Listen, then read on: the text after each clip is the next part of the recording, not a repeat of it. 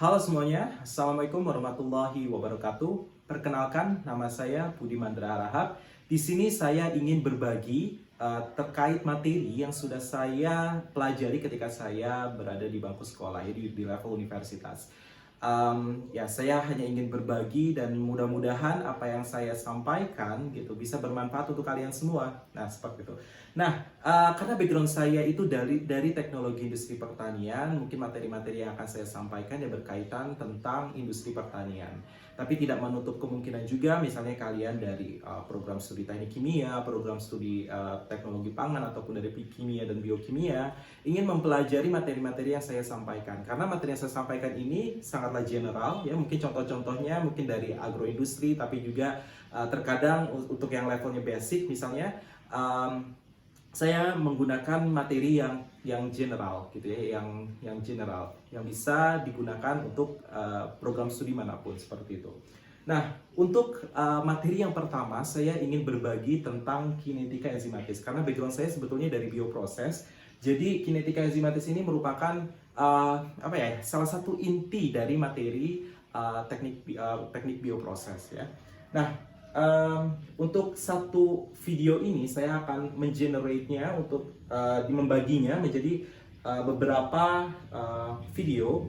Jadi materi yang pertama tentang kinetika enzimatis saya bagi menjadi kurang lebih sekitar 8 sampai 10 video. Yang pertama yaitu kenapa seorang mahasiswa di program studi teknologi industri pertanian ataupun program studi yang similar yang sama harus mempelajari kinetika enzimatis seperti itu ya. Jadi di sini saya akan menjelaskan alasan-alasan kenapa sih kita harus mempelajari kinetika enzimatis. Kadang ketika dosen menyampaikan langsung ke materi dan kita wah ini untuk apa sih materi ini sebetulnya. Nah, mungkin beberapa mahasiswa, beberapa di antara kalian bertanya-tanya ini untuk apa sih sebetulnya. Nah, nanti saya akan menjelaskan ya kurang lebih alasan-alasan ya kenapa kalian harus mempelajari materi ini. Kemudian yang kedua, enzim dan reaksi enzimatis. Ya, kita tahu sendiri bahwa enzim merupakan biokatalis ya, di mana enzim ini berperan dalam mempercepat suatu reaksi kimia ya, laju reaksi kimia. Kemudian di sini juga saya akan menjelaskan tentang reaksi enzimatis ya. Jadi proses reaksi enzimatis itu seperti apa sih? Nah, nanti akan saya jelaskan untuk di video yang kedua. Kemudian di video yang ketiga yaitu neraca massa reaktor batch dan dasar kinetika reaksi. Jadi untuk materi yang saya sampaikan ini ya sebetulnya untuk spesifik reaktor batch saja gitu ya.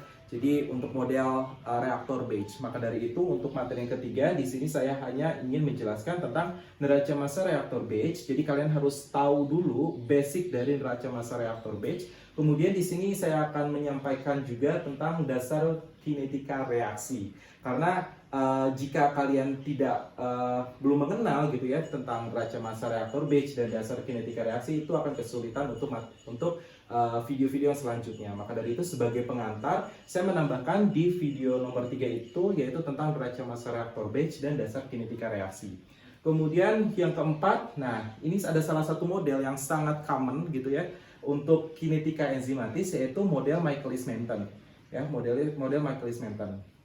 Jadi di sini untuk video yang keempat ini saya ingin menjelaskan apa sih itu model Michaelis-Menten, kemudian bagaimanakah menurunkan persamaan yang kalian mungkin tahu sendiri ya, persamaannya itu adalah V sama dengan Vmax dikalikan dengan konsentrasi substrat dibagi dengan Ks ditambah dengan substrat ya, seperti itu. Nah, ini rumus ini dari mana sih sebetulnya asalnya? Nah, untuk poin nomor 4 ini, video nomor 4 ini nanti saya akan menjelaskan penurunan rumus model kinetika Michaelis-Menten.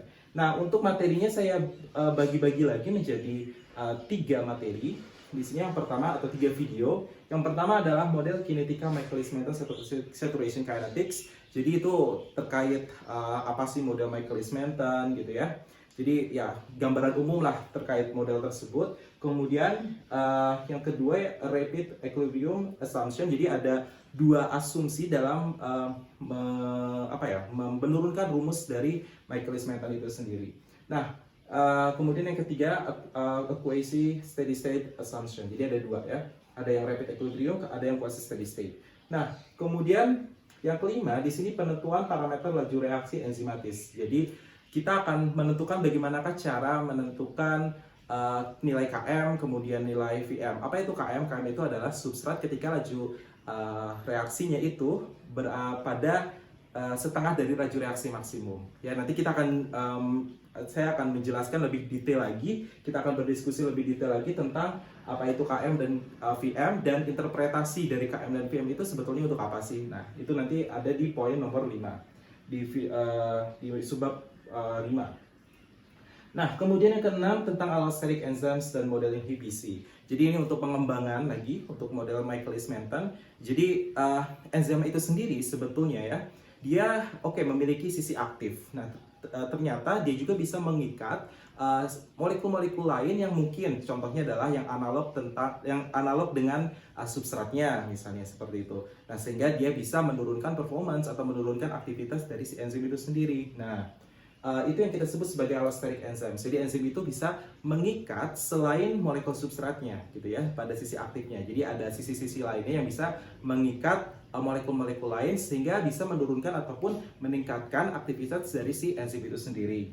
Nah, kemudian ada model inhibisi, ya. Salah satunya tadi allosteric enzyme itu dia bisa menginhibisi dari si enzim itu sendiri, ya. Nanti ada model inhibisi, ada 4 yang akan saya jelaskan. Untuk model inhibisinya itu sendiri. Nah, kemudian yang poin ke-7 yaitu faktor-faktor yang mempengaruhi laju reaksi enzimatis.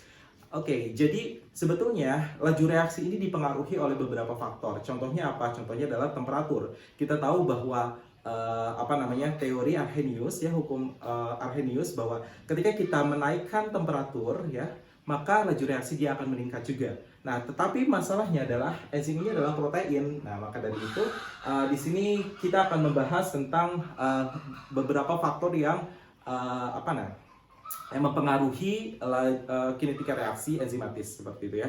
Kemudian selain temperatur ada juga pH, kemudian ada aktivator, ada inhibitor dan lain sebagainya. Nanti saya akan menjelaskan model-modelnya itu seperti apa. Kemudian yang ke-8 adalah simulasi model kinetika enzimatis dengan menggunakan MATLAB dan SuperPro Designer. Jadi ketika kita sudah mendapatkan modelnya, ya, model tersebut, nah model tersebut itu kita ingin melihat, gitu ya, profilnya itu seperti apa, ya, gitu. Misalnya dengan penambahan